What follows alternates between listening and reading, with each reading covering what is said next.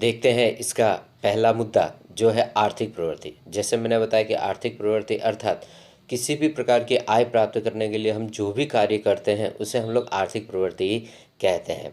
आर्थिक लाभ या वित्तीय प्रतिफल प्राप्त करने के उद्देश्य से की जाने वाली प्रवृत्ति अर्थात आर्थिक प्रवृत्ति।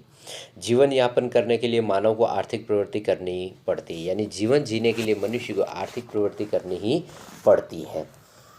इसके बाद है कि जिससे धन प्राप्त करके मानव अपनी आवश्यकताओं को संतुष्ट कर सकता है, इसलिए सभी आर्थिक आवश्यकताओं को फलदायक प्रवृत्ति कहा जाता है। यानी कहने का मतलब है कि जिन प्रवृत्तियों के द्वारा मनुष्य को किसी न किसी प्रकार की आवक हो, आय प्राप्त होती हो, उसे हम आर्थिक प्रवृत्तियां कहते हैं।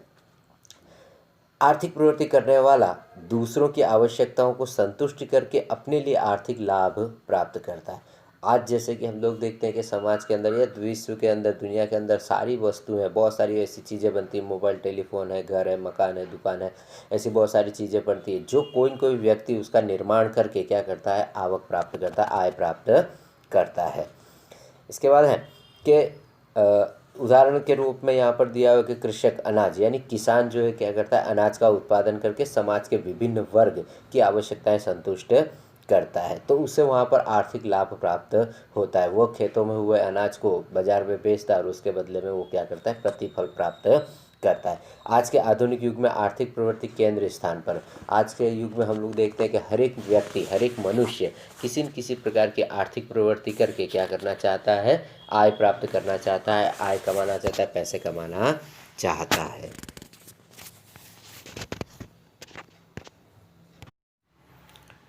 इसका दूसरा मुद्दा है अनार्थिक प्रवृत्ति। अनार्थिक प्रवृत्ति यानी जिन प्रवृत्तियों को पैसे कमाने के लिए, किसी भी प्रकार का लाभ प्राप्त करने के लिए जो प्रवृत्तियां की जाती हैं उसे हम अनार्थिक प्रवृत्तियां कहते हैं।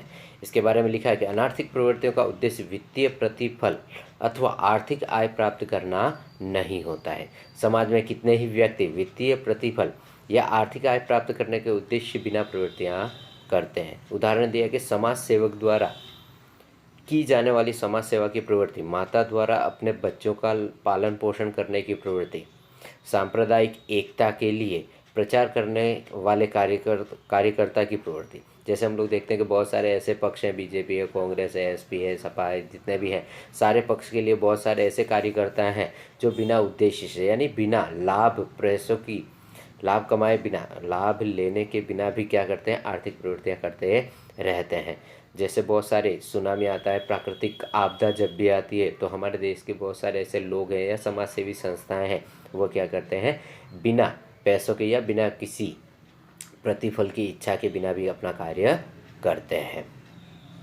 आगे दिया है कि सेवा देने वाले कार्यकर्ताओं की प्रवृत्ति आदि को अनार्थिक प्रवृत्ति कहा जाता है। इसके लिए प्रेरक बल देश सेवा, समाज सेवा, लगाव, प्रेम अथवा मानव के जीवन में होने वाला परिवर्तन है। मनुष्य के जीवन में जैसे परिवर्तन होता है तो वैसे ही वो क्या करता है, आर्थिक प्रवृत्तियों बिना आर्थिक प्रवृत्तियाँ करता है, यानी बिना पैसे कमाए भी अपना सेवा देने का कार्य करता है। आगे देखते हैं आर्थिक प्रवृत्ति और अनार्थिक प्रवृत्ति के मध्य अंतर। सामान्य अंतर है, पहला दिया है उद्देश्य। आर्थिक प्रवृत्ति के अंदर आर्थिक लाभ प्राप्त करना ये उद्देश्य होता है, जबकि अनार्थिक प्रवृत्ति के अंदर समाज सेवा, मानव सेवा, देश सेवा का उद्देश्य होता है। अपेक्षा यहाँ पर आर्थिक प्रवृत्ति के अंदर लाभ, वेतन, फीस और महत्तम संपत्ति अर्जन करने की अपेक्षा होती है, यानी ज़्यादा से ज़्यादा लाभ कमाने की अपेक्षा यहाँ पर होती है, जबकि अनार्थिक प्रवृत्ति के अंदर देश सेवा, समाज सेवा की अपेक्षा होती है। प्रकार दिया है, आर्थिक प्रवृत्ति के अंदर 3 प्रकार है यहाँ पर, धंधा, व्यवसाय, रोजगार, ये मुख्य प्रकार है, जबकि अनार्थिक प्रवृत्ति का कोई प्रकार होता नहीं है। जोखिम और अनिश्चितता, आर्थिक प्रवृत्तियों के अंदर बहुत सारे जोखिम होते हैं और अनिश्चितता भी होती है, क्योंकि जब भी हम धंधा करते हैं, व्यवसाय करते हैं या रोजगार करते हैं, कभी न कभी ऐसी समस्याएं आती हैं जिनके कारण क्या होता है, हमें उस सेवा के बदले या उस कार्य के बदले किसी भी प्रकार का प्रतिफल प्राप्त नहीं होता, जबकि लाभ और हानि दोनों ही होते रहते हैं। उदाहरण के तौर पर अभी वर्तमान समय में चलने वाली परिस्थिति कोरोना, जिसके कारण लोगों के कार्य, काम धंधे बंद होने से लोगों की आर्थिक प्रवृत्तियाँ, आर्थिक आय जो है वो क्या हो चुकी है, बंद हो चुकी है। जबकि अनार्थिक प्रवृत्ति के अंदर जोखिम तथा अनिश्चितता होती नहीं है, क्योंकि यहाँ पर कोई भी व्यक्ति किसी भी प्रकार से पैसे कमाने के उद्देश्य से कार्य करता नहीं है। आगे देखते हैं आर्थिक प्रवृत्ति और अनार्थिक प्रवृत्ति के मध्य अंतर। सामान्य अंतर है। पहला दिया है उद्देश्य। आर्थिक प्रवृत्ति के अंदर आर्थिक लाभ प्राप्त करना ये उद्देश्य होता है, जबकि अनार्थिक प्रवृत्ति के अंदर समाज सेवा, मानव सेवा, देश सेवा का उद्देश्य होता है। अपेक्षा यहाँ पर आर्थिक प्रवृत्ति के अंदर लाभ, वेतन, फीस और महत्तम संपत्ति अर्जन करने की अपेक्षा होती है, यानी ज़्यादा से ज़्यादा लाभ कमाने की अपेक्षा यहाँ पर होती है, जबकि अनार्थिक प्रवृत्ति के अंदर देश सेवा, समाज सेवा की अपेक्षा होती है। प्रकार दिया है आर्थिक प्रवृत्ति के अंदर 3 प्रकार है यहाँ पर, धंधा, व्यवसाय, रोजगार, ये मुख्य प्रकार है, जबकि अनार्थिक प्रवृत्ति का कोई प्रकार होता नहीं है। जोखिम और अनिश्चितता।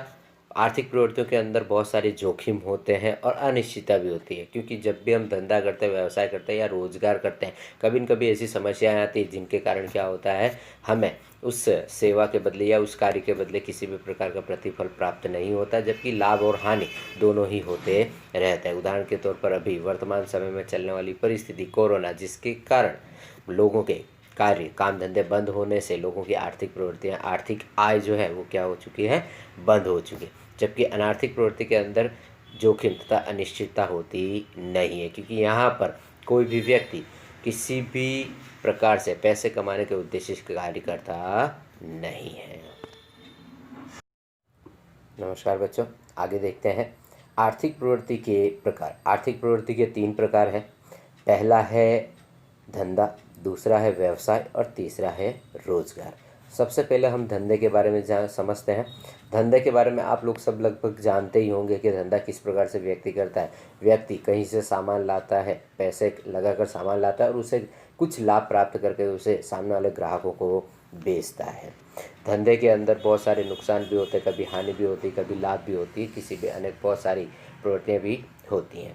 आगे दिया है कि धंधे का अर्थ, धंधे को अंग्रेजी, जो धंधा शब्द है वो अंग्रेजी के बिजी शब्द से लिया गया है, जिसका अर्थ क्रियाशील रहना। क्रियाशील यानी निरंतर सतत कार्य करते रहना, क्योंकि यहाँ पर धंधा एक ऐसी चीज़ है जिसमें व्यक्ति को हमेशा सचेत रहना पड़ता है, जागृत रहना पड़ता है। समाज के परिवर्तन या समय के परिवर्तन के साथ अपने धंधे व्यवसाय के अंदर अपग्रेड करना पड़ता है, कुछ न कुछ नया करते रहना पड़ता है, जिसके कारण हमारा धंधा सतत और निरंतर अच्छी तरह से चलता रहे। आगे दिया है क्रियाशील रहना अथवा निरंतर कार्यरत रहना। लाभ और संपत्ति प्राप्त करने के उद्देश्य से धंधा किया जाता है। धंधे का विचार लाभ या उद्देश्य के साथ जुड़ा हुआ है। धंधे का विचार लाभ या उद्देश्य के साथ जुड़ा हुआ है। धंधे में किसी भी समय हानि हो तो भी यह आर्थिक प्रवृत्ति ही मानी जाती है। धंधे की संक्षिप्त सुनिश्चित परिभाषा निम्नलिखित रूप से दी जाती है। धंधा यानी किसे कहता है? धंधा यानी धंधा अर्थात लाभ के उद्देश्य से की जाने वाली किसी भी वैध आर्थिक प्रवृत्ति को हम क्या कहते हैं? धंधा कहते हैं। वैध, वैध एक शब्द है, यानी कहने का मतलब है कि जिसे मान्यता प्राप्त हो, समाज, सरकार सभी के द्वारा जिसे स्वीकार किया गया हो, ऐसे को हम क्या कहते हैं? आर्थिक प्रवृत्ति प्राप्त करने वाले को, व्यवसाय को हम धंधा कहते हैं। अब इसके लक्षण देखते हैं। इसके 7 लक्षण हैं। पहला है लाभ का उद्देश्य, दूसरा है वस्तु सेवा का विनिमय, तीसरा है जोखिम और अनिश्चितता, चौथा है तुष्टि गुण का सर्जन, पांचवा है निरंतर प्रवृत्ति, छठा है धन की आवश्यकता और सातवां आर्थिक प्रवृत्ति। पहला देखें लाभ का उद्देश्य। हम जानते हैं कि मनुष्य जो भी कार्य करता है, व्यक्ति जो कोई भी कार्य करेगा वो लाभ के उद्देश्य से ही करता है। आज अगर आप यहाँ पर स्कूल में पढ़ने आ रहे हो तो उसका उद्देश्य क्या है? शिक्षा प्राप्त करना है, यानी आपको किसी न किसी प्रकार का लाभ प्राप्त करना है, इसीलिए आप यहाँ पर स्कूल में आते हैं। इसी प्रकार व्यक्ति जब भी कोई कार्य करता है तो उसके पीछे का मुख्य उद्देश्य यही होता है कि लाभ प्राप्त करना। इसीलिए धंधे का सबसे पहले लक्षण है कि लाभ प्राप्त करना। अगर व्यक्ति लाभ प्राप्त करने बिना, किए बिना कभी कोई व्यक्ति धंधा नहीं करता है। इसके अंदर लिखा है कि धंधे का मूलभूत उद्देश्य आर्थिक प्रवृत्ति द्वारा लाभ प्राप्त करना। आर्थिक प्रवृत्ति के द्वारा क्या है? लाभ प्राप्त करना है। धंधे में यदि लाभ मिलना बंद हो जाए तो धंधा बंद होने की स्थिति होती है। अगर आपको लाभ मिलेगा नहीं तो आप धंधा क्यों करोगे? ठीक है। आगे दिया हुआ है, धंधे का अस्तित्व बनाए रखने के लिए लाभ अनिवार्य। अगर आपको धंधा चलाना है तो आपको लाभ कमाना ही होगा। लाभ कमाएंगे तभी आप अपना धंधा चला सकते हैं, आगे बढ़ा सकते हैं, वरना आपका धंधा नहीं चलेगा। वस्तु की लागत, वस्तु लागत मूल्य से अधिक मूल्य में विक्रय की जाती है। यानी वस्तु बनाते समय जितना पैसा खर्च हुआ है उससे थोड़ा सा ज़्यादा लेकर हम क्या करते हैं, व्यक्ति लाभ कमाने की कोशिश करता है। व्यक्ति यानी अगर कंपनी के अंदर कोई भी वस्तु अगर 5 रुपये में बनती है तो उसे कंपनी 7 रुपये या 8 रुपये में बेचकर क्या करती है, लाभ कमाने का कार्य करती है। इसके बाद यहाँ पर दिया हुआ है कि धंधे के कार्य क्षमता का भी लाभ के मापदंड को उससे मापा जाता है। और लाभ यह धंधे का क्या है, थर्मामीटर है। जिस तरह से गर्मी शरीर के टेम्परेचर को मापने के लिए हम थर्मामीटर का उपयोग करते हैं, उसी तरह से धंधे के टेम्परेचर को मापने के लिए यहाँ पर क्या किया जाता है, लाभ का उपयोग किया जाता है। लाभ एक क्या है, एक थर्मामीटर है। दूसरा दिया है वस्तु और सेवा का विनिमय। वस्तु यानी आपके हाथों के द्वारा जिसे छू सके, देखा जा सके, ऐसी चीज़ों का विनिमय करना। विनिमय करना यानी आदान प्रदान करना, लेन देन करना, उसे हम क्या कहते हैं, वस्तु का विनिमय करना। और सेवा का विनिमय, सेवा के विनिमय जो सेवा दिखती नहीं है, जो हमारी आंखों से देखा नहीं जा सकता, जिसे छुआ नहीं जा सकता, उसे हम क्या कहते हैं, सेवा का विनिमय यानी सेवा का आदान प्रदान करना। जिसके अंदर हॉस्पिटल की, जिसके अंदर बैंक, स्कूल, कॉलेज, ये सारी जो प्रवृत्तियाँ होती हैं, ये क्या है, सेवा के उद्देश्य से की जाने वाली प्रवृत्तियाँ होती है। जिनके बदले में आप यहाँ पर शिक्षा, स्कूल में शिक्षा प्राप्त करने आते हो, शिक्षा लेकर जाते हो, बदले में उसके बदले फीस यहाँ पर देते हो। आप मात्र क्या कर रहे हो, अनुभव ले रहे हो, शिक्षा ले रहे हो, ज्ञान कर रहे हो। उसे हम लोग क्या कहते हैं, सेवा का विनिमय करना। ठीक है, देखते हैं इसके अंदर लिखा है कि वस्तु और सेवा का उत्पादन करके अथवा खरीद कर उसका विक्रय किया जाए, अर्थात वस्तु और सेवा का विनिमय होता है। धंधे में वस्तु अथवा सेवा का विनिमय जुड़ा हुआ है। वस्तु में भौतिक स्वरूप की और सेवा में अदृश्य या अभौतिक सेवाओं का विनिमय होता है। उदाहरण दिया, इलेक्ट्रिक साधनों का उत्पादन करने वाली कंपनी भौतिक वस्तुओं का क्या करती है, विनिमय करती है, जबकि विद्युत देने वाली कंपनी क्या करती है, मात्र सेवा का विनिमय करती है, क्योंकि विद्युत हमें दिखाई नहीं देती है। ठीक है,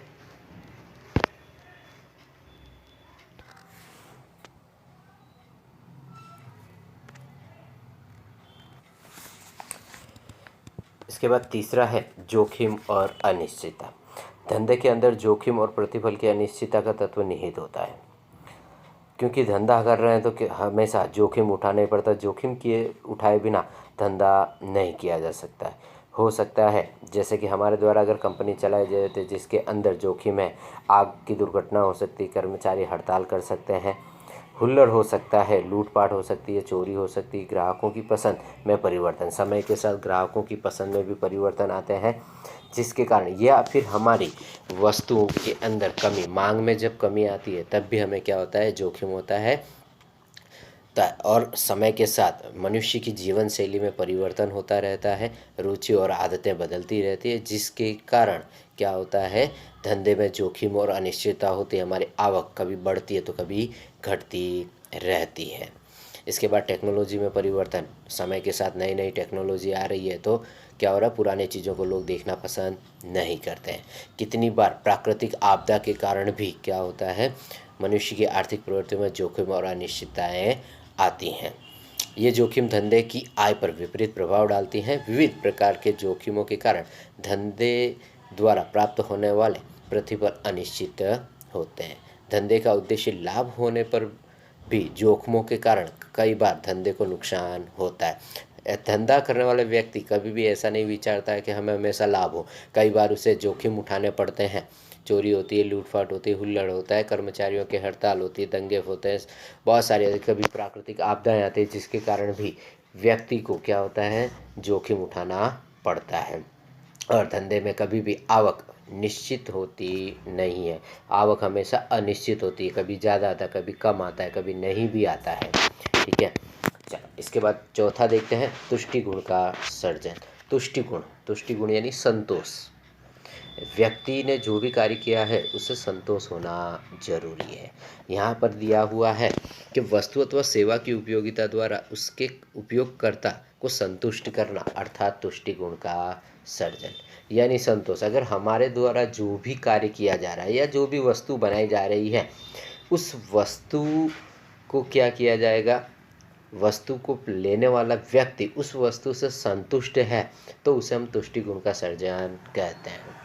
व्यक्ति संतुष्ट होना चाहिए। जैसे कि अगर आप स्कूल में पढ़ाई करने आ रहे हो और टीचर के द्वारा अगर सही ढंग से नहीं पढ़ाया जा रहा है तो आप संतुष्ट नहीं हो, तो उसे हम तुष्टि गुण का सर्जन नहीं कहेंगे। जबकि टीचर अगर आपको अच्छी तरह से शिक्षा दे रहा है, आपको सारी चीज़ें समझ में आ रही हैं, तो उसे हम क्या कहेंगे, तुष्टि गुण का सर्जन कहेंगे। तो यहाँ पर धंधे के अंदर भी धंधे करने वाली कंपनियाँ हमेशा ग्राहक को ध्यान में रखकर क्या करती है, अपनी वस्तुओं का निर्माण करती हैं, जिसके कारण उन्हें संतोष प्राप्त होता है।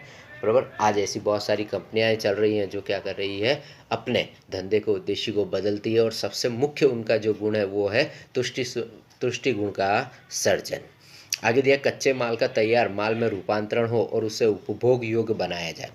उपभोग यानी उपयोग किए जाने योग्य बनाया जाए तो उसे हम क्या कहते हैं, तुष्टि गुण का सर्जन कहते हैं। जैसे कि उदाहरण के तौर पर मैं बताऊं कि गेहूं, किसान गेहूं पैदा करता है, पर वह गेहूं जब उसके खेतों से निकलकर बाज़ार में आता है तो उस गेहूं से बहुत सारी चीज़ों का निर्माण होता है। गेहूं एक क्या है, कच्ची वस्तु, कच्चा माल है। जबकि बाज़ार में आने के बाद उस गेहूं से बहुत सारी चीज़ों का निर्माण होता है, आटा बनता है, बराबर, रोटियों के लिए आटा बनता है, इसके अलावा बिस्किट बनते हैं और भी दूसरी बहुत सारी चीज़ों के अंदर गेहूं का उपयोग किया जाता है। तो वो एक किसान के द्वारा उगाया जाने वाला जो अनाज है वो क्या है, एक तरह का तुष्टि गुण का सर्जन है। उसी तरह से दूध निर्माता करने वाली कंपनी जैसे कि अमूल दूध लेने के बाद, ठीक है, उसके अंदर से दूध से बहुत सारी प्रोडक्ट बना रही है, पनीर बना रही है, छाछ बना रही है, दही बना रही है, चॉकलेट बना रही है, दूध का पाउडर बना रही है। तो ये सारी चीज़ें जब वस्तु तो बनने के बाद व्यक्ति उसे खरीदता है और संतुष्ट होता है, तब उसे हम क्या कहते हैं, तुष्टि गुण का सर्जन कहते हैं। ठीक है, आगे देखते हैं पांचवा, निरंतर प्रवृत्ति। धंधे का पांचवा लक्षण है निरंतर प्रवृत्ति। निरंतर प्रवृत्ति यानी सतत चलने वाली प्रवृत्ति। धंधा कभी बंद नहीं होता है। व्यक्ति एक बार अगर धंधा शुरू कर दे तो उसकी पीढ़ियां दर पीढ़ियां धंधा चलता रहता है और धंधे को चलाना भी मुख्य उद्देश्य यही है कि निरंतर कार्य होता रहे। कर्मचारियों को छुट्टी मिले पर मालिक को कभी छुट्टी मिलती नहीं है। इसीलिए यहाँ पर लिखा है कि धंधे के व्यवहार के नियमित और निरंतर होते रहते हैं। धंधा निरंतर चलने वाली आर्थिक प्रवृत्ति है। व्यापारी लाभ के उद्देश्य से क्रय और विक्रय का कार्य करता है, परंतु उत्पादक व्यापारी अपने रहने के लिए मकान निर्मित करे और बाद में मकान विक्रय करके लाभ प्राप्त करे तो भी इसे धंधा नहीं कहा जा सकता, क्योंकि उसके लिए मकान का क्रय विक्रय नियमित और निरंतर प्रवृत्ति नहीं है। यहाँ पर जो उदाहरण दिया है कि मकान ले गया, जैसे कि अगर मैंने मकान लिया और मैंने मकान का निर्माण किया और मैंने निर्माण करके बेच दिया तो वो मेरे सतत निरंतर चलने वाली प्रक्रिया नहीं। जबकि कहने का मतलब है कि जो बिल्डर होते हैं वह क्या करते हैं, उनका एक व्यवसाय, उनका एक धंधा है कि वो क्या करते हैं, मकानों का निर्माण करते हैं, बेचते हैं, फिर दूसरी जगह बनाते हैं, फिर बनाते हैं, फिर बेचते हैं, फिर बनाते हैं, फिर, तो निरंतर चलने वाली प्रवृत्ति है, तो उसे हम निरंतर प्रवृत्ति कहते हैं। उसी तरह छठा है धन की आवश्यकता। कोई भी धंधा करने के लिए मनुष्य को धन की आवश्यकताएं पड़ती है। धन की आवश्यकता के बिना किसी भी धंधे को किया जा सकता नहीं है। अगर आपको धंधा करना है तो पहले आपको क्या करना पड़ेगा, अपनी मूड़ी उसमें लगानी पड़ेगी, उसी के बाद आप धन प्राप्त कर सकते हैं। इसीलिए कहा जा सकता है कि पैसा पैसे को खींचता है। ठीक है, सातवां दिया आर्थिक प्रवृत्ति। धंधा धन के उपार्जन द्वारा लाभ प्राप्त करने के उद्देश्य से की जाने वाली आर्थिक प्रवृत्ति का एक भाग है। धंधे के द्वारा मनुष्य क्या करता है, आर्थिक यानी आय प्राप्त करने का कार्य करता है। ठीक है, यहाँ इसके लक्षण क्या होते हैं, पूरे होते हैं।